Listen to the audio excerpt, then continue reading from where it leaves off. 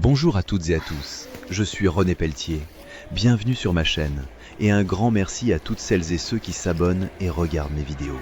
Installez-vous confortablement, découvrons le sujet du jour. Qu'est-ce que la trémie d'un escalier?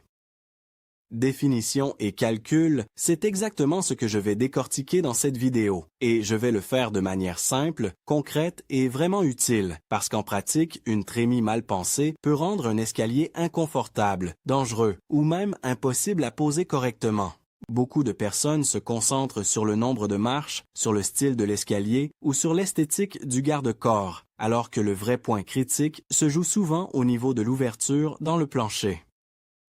Et si je vais jusqu'au bout du sujet, c'est pour que vous compreniez non seulement la définition de la trémie, mais aussi la logique de calcul qui permet d'éviter les erreurs les plus fréquentes, celles qu'on découvre parfois trop tard, quand le chantier est déjà avancé et que corriger coûte du temps, de l'argent et beaucoup d'énergie. La trémie d'un escalier, c'est tout simplement l'ouverture réalisée dans un plancher pour permettre le passage de l'escalier et surtout le passage des personnes. Dit comme ça, cela paraît très simple, presque évident, mais en réalité, cette ouverture conditionne une grande partie de la faisabilité du projet. Une trémie n'est pas juste un trou dans la dalle ou dans le plancher bois.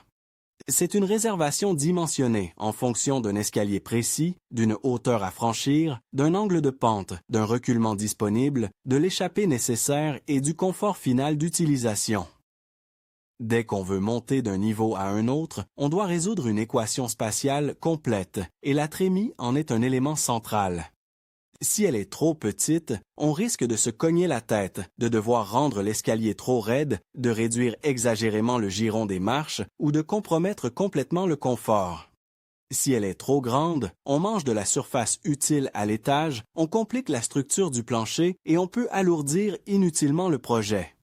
Comprendre la trémie, c'est donc comprendre comment l'escalier s'inscrit dans le volume de la maison. Quand je parle de trémie, je parle de sa forme, de sa longueur, de sa largeur et de son positionnement. La forme peut être rectangulaire dans le cas le plus courant, mais elle peut aussi être adaptée à un escalier quart tournant, deux quarts tournant ou hélicoïdal. Cependant, même quand la forme devient plus complexe, la logique de base reste la même. Il faut dégager un volume de passage suffisant pour que la montée soit possible en toute sécurité et dans de bonnes conditions de confort. C'est là qu'intervient une notion essentielle qu'on appelle l'échappée. L'échappée, c'est la hauteur libre entre le nez de marche et l'obstacle au-dessus, généralement le dessous du plancher ou le bord de la trémie. En clair, c'est la hauteur de tête disponible quand on monte. C'est un critère absolument déterminant parce qu'un escalier peut sembler bon sur le papier et être pourtant désagréable, voire dangereux, si l'échappée est insuffisante. En général, on cherche une échappée confortable d'environ 2 mètres, et dans beaucoup de projets, on considère qu'il ne faut pas descendre en dessous d'environ 1,90 mètres. Plus cette valeur est faible, plus la sensation d'écrasement est forte, et plus l'usage devient pénible au quotidien. La trémie a donc un rôle très concret. Elle doit être assez longue et correctement placée pour garantir cette échappée. C'est pour cela que le calcul de la trémie ne se fait jamais isolément. On ne se dit pas simplement « j'ai tant de place, donc je ferai une ouverture de telle dimension ». On doit relier cette ouverture à toutes les autres données de l'escalier. La première donnée, c'est la hauteur à monter, c'est-à-dire la distance verticale entre le sol fini du niveau bas et le sol fini du niveau haut. Je précise bien sol fini à sol fini, parce que c'est une erreur classique de travailler avec des codes bruts sans intégrer les revêtements. Quelques centimètres oubliés peuvent suffire à fausser le calcul des hauteurs de marche. Une fois qu'on connaît cette hauteur, on détermine un nombre de marches cohérent pour obtenir une hauteur de marche confortable.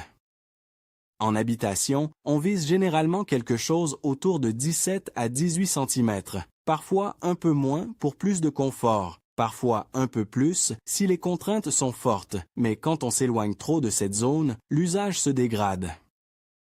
Si la marche est trop haute, l'escalier fatigue. Si elle est trop basse, on allonge la volée et on augmente les besoins en longueur. Ensuite, il faut considérer le giron, c'est-à-dire la profondeur utile de la marche mesurée horizontalement d'un nez de marche à l'autre. Là encore, on vise un équilibre. Un giron trop faible donne un escalier raide et peu rassurant. Un giron plus généreux améliore le confort, mais allonge l'emprise horizontale de l'escalier. C'est ici qu'on retrouve la fameuse relation de Blondel, très utilisée pour apprécier le confort d'un escalier. Deux hauteurs de marche, plus un giron, doivent donner une valeur cohérente, souvent située autour de 60 à 64 cm. Cette relation n'est pas une formule magique, mais c'est un très bon repère. Elle permet d'éviter les escaliers absurdes, trop cassants ou trop plats. Une fois la hauteur de marche et le giron approchés, on peut déterminer le développement horizontal de la volée droite, autrement dit le reculement. Le reculement correspond à la longueur projetée de l'escalier au sol. Plus les marches sont profondes, plus le reculement augmente. Et c'est là que la trémie entre directement dans l'équation, parce que pour garantir l'échappée, la longueur de l'ouverture en haut doit être compatible avec ce reculement et avec la pente de l'escalier. Si je simplifie l'idée, plus l'escalier est doux, donc plus il s'allonge, plus on a besoin d'une trémie importante pour ne pas se heurter au plancher en montant. À l'inverse, si on réduit la trémie, on est souvent obligé de raidir l'escalier. Voilà pourquoi, dans un espace limité, le type d'escalier choisi change tout. Prenons d'abord le cas le plus simple, celui d'un escalier droit. C'est le plus pédagogique pour comprendre le calcul. J'ai une hauteur à monter, par exemple 280 cm entre les sols finis. Si je choisis 16 hauteurs de marche, j'obtiens une hauteur de marche de 17,5 cm, ce qui est une valeur très correcte. Un escalier de 16 hauteurs correspond généralement à 15 girons, puisque la dernière hauteur amène au niveau supérieur. Si je vise un giron de 27 cm, j'obtiens un reculement de 15 x 27, soit 405 cm. On voit tout de suite qu'un tel escalier prend de la place. Mais ce n'est pas fini, parce qu'il faut encore vérifier si la trémie disponible permet de conserver une échappée suffisante. Supposons qu'on dispose d'une trémie de 300 cm de long. L'escalier est plus long que l'ouverture, ce qui est tout à fait normal dans de nombreux cas. Une partie de l'escalier passe sous le plancher, puis la montée se poursuit dans la trémie. Le point critique est l'endroit où la tête du marcheur passe sous le bord de l'ouverture. Là, il faut comparer la progression verticale de la personne avec la hauteur libre sous le plancher. En pratique, plus la trémie est courte, plus ce bord d'ouverture arrive tôt dans la montée, donc à une hauteur encore faible, ce qui réduit l'échappée. C'est pour cela qu'on ne peut pas fixer la longueur de trémie au hasard. On doit la déduire du profil de l'escalier. Une manière simple de raisonner est de repérer à quelle marche on atteint le bord de trémie, puis de calculer la hauteur à cet endroit. Si cette hauteur, ajoutée à l'échappée nécessaire, dépasse la sous-face disponible, il faut allonger la trémie, modifier le reculement, changer la pente ou opter pour une autre configuration. Ce raisonnement peut sembler un peu abstrait, donc je vais le rendre plus visuel. Imaginez que le plancher de l'étage soit une surface horizontale, percée d'une ouverture. Tant que je suis sous la partie pleine du plancher, ma tête monte vers cet obstacle.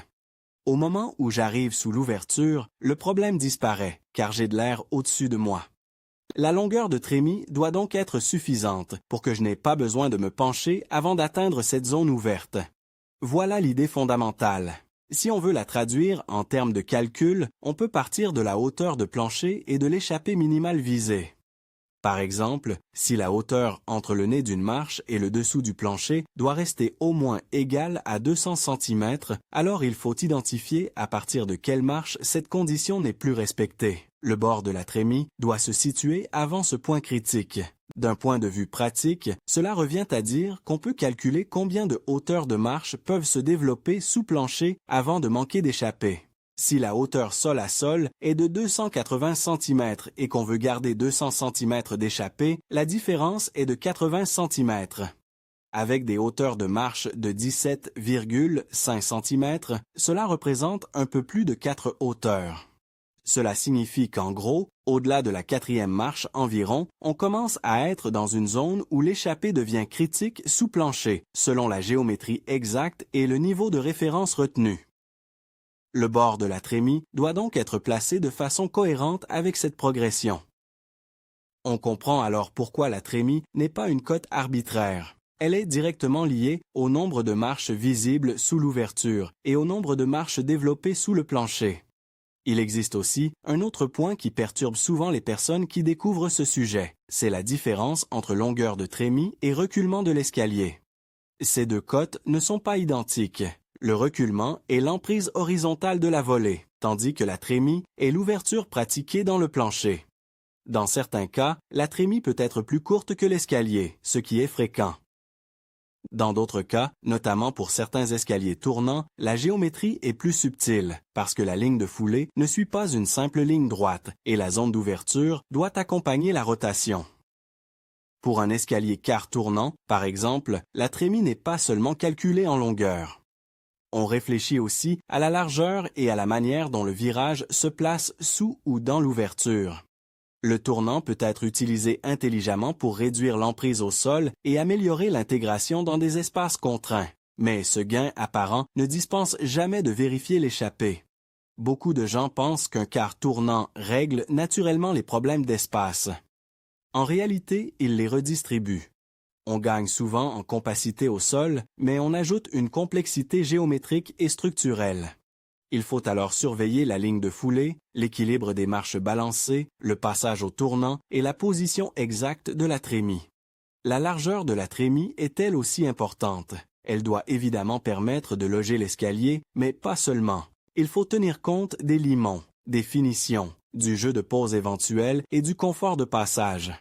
Si un escalier fait 80 cm de large, la trémie ne fera pas forcément exactement 80 cm. Dans un projet réel, il faut prévoir une cohérence constructive. En maison individuelle, une largeur d'escalier autour de 80 à 90 cm est fréquente, parfois plus selon le standing et la place disponible.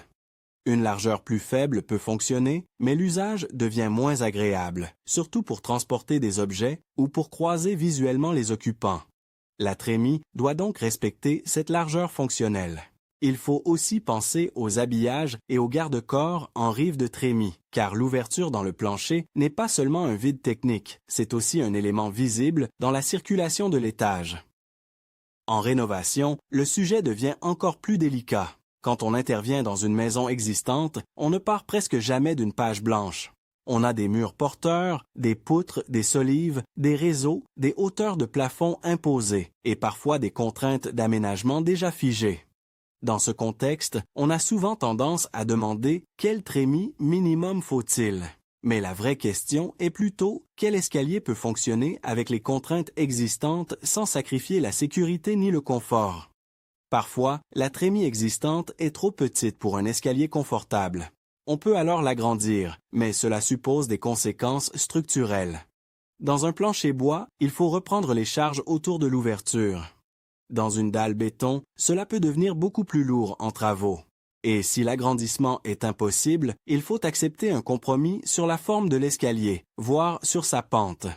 Cela ne veut pas dire qu'il faut faire n'importe quoi. Il existe des limites à ne pas franchir. Un escalier trop raide n'est plus un escalier confortable de logement. Il s'approche d'une échelle de meunier dans l'usage, avec tous les inconvénients que cela implique. C'est pour cela qu'un bon calcul de trémie commence toujours par une vision d'ensemble. Je pars de la hauteur à franchir. Je définis une plage acceptable pour la hauteur de marche. Je cherche un giron cohérent. J'en déduis une pente satisfaisante. J'évalue le reculement nécessaire, puis je vérifie quelle trémie est requise pour garantir une échappée correcte. Si la trémie disponible ne convient pas, je reviens en arrière et j'ajuste la configuration. C'est une boucle de conception, pas une formule unique. Pour aider à bien comprendre, je vais vous donner une méthode de raisonnement claire. D'abord, je mesure la hauteur sol fini à sol fini. Ensuite, je choisis un nombre de marches provisoires de manière à obtenir une hauteur de marche autour de 17 à 18 cm. Puis je teste un giron cohérent avec le confort souhaité, souvent dans une zone qui permet de rester sur une relation de blondelle équilibrée. À partir de là, je calcule le reculement total de la volée. Ensuite, j'observe la longueur de trémie disponible ou envisageable. Puis je vérifie l'échappée au passage sous le plancher. Si cette échappée est insuffisante, j'ai plusieurs leviers. Augmenter la longueur de trémie, modifier le nombre de marches, changer le giron, transformer un escalier droit en quart tournant, revoir le positionnement de départ ou d'arrivée, ou parfois envisager un autre type d'implantation. Ce qui est important, c'est de comprendre qu'aucun paramètre ne vit seul. Si je baisse la hauteur de marche, j'augmente généralement le nombre de marches, et donc la longueur de l'escalier. Si j'augmente le giron, j'améliore le confort, mais j'allonge encore le reculement. Si je raccourcis tout pour tenir dans l'espace, je raidis la pente. Et si je ne touche à rien, il est possible que l'échappée devienne insuffisante.